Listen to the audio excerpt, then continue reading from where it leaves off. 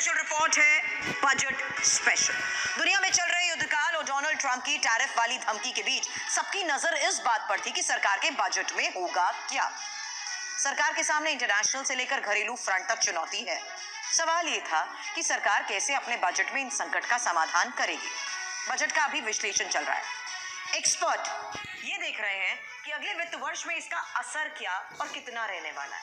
अब तक जितनी बातें पता चली हैं, इस हिसाब से 53,50,000 करोड़ के बजट में सबसे ज्यादा फोकस डिफेंस सेक्टर पर दिखा।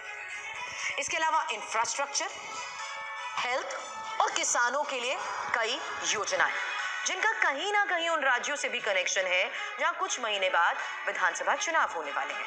हालांकि बजट से शेयर बाजार का मूड जरूर बिगड़ गया है, जबकि सोना और चांदी आज भी धड़ाम हो गए। बजट पर ये संपूर्ण रिपोर्ट।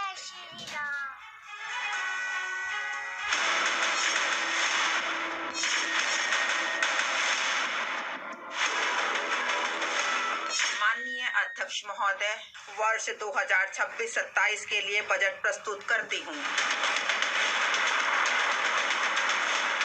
ये बजट अपार अवसरों का राजमार्ग है। मोदी सरकार के पास अब नई आइडिया खत्म हो गई है।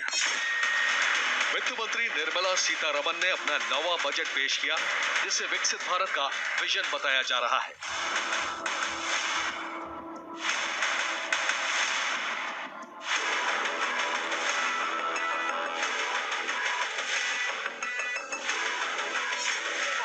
उनके 85 मिनट के बजट भाषण में ऐसी योजनाओं का जिक्र था जिनका असर लोकल से ग्लोबल तक दिखने वाला है।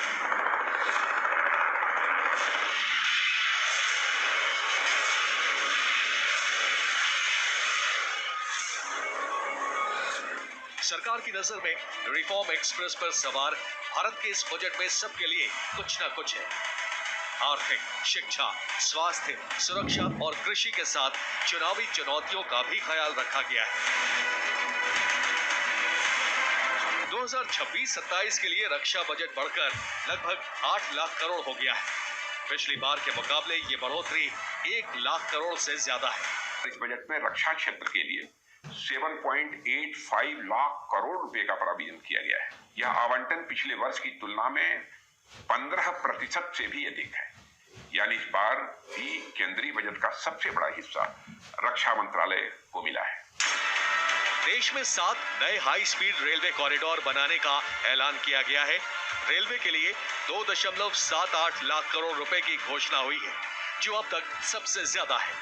परिवहन और सड़क निर्माण के लिए 3.09 लाख करोड़ रुपए दिए गए हैं। बजट में डिजिटल इंफ्रास्ट्रक्चर पर भी जोर देखा। इसके लिए AI डेटा सेंटर 2047 तक टैक्स फ्री होंगे। इससे बड़े पैमाने पर विदेशी निवेश के भारत आने की संभावना है। This is the first budget prepared in Kartavya Bhavan. We are inspired by 3 Kartavya.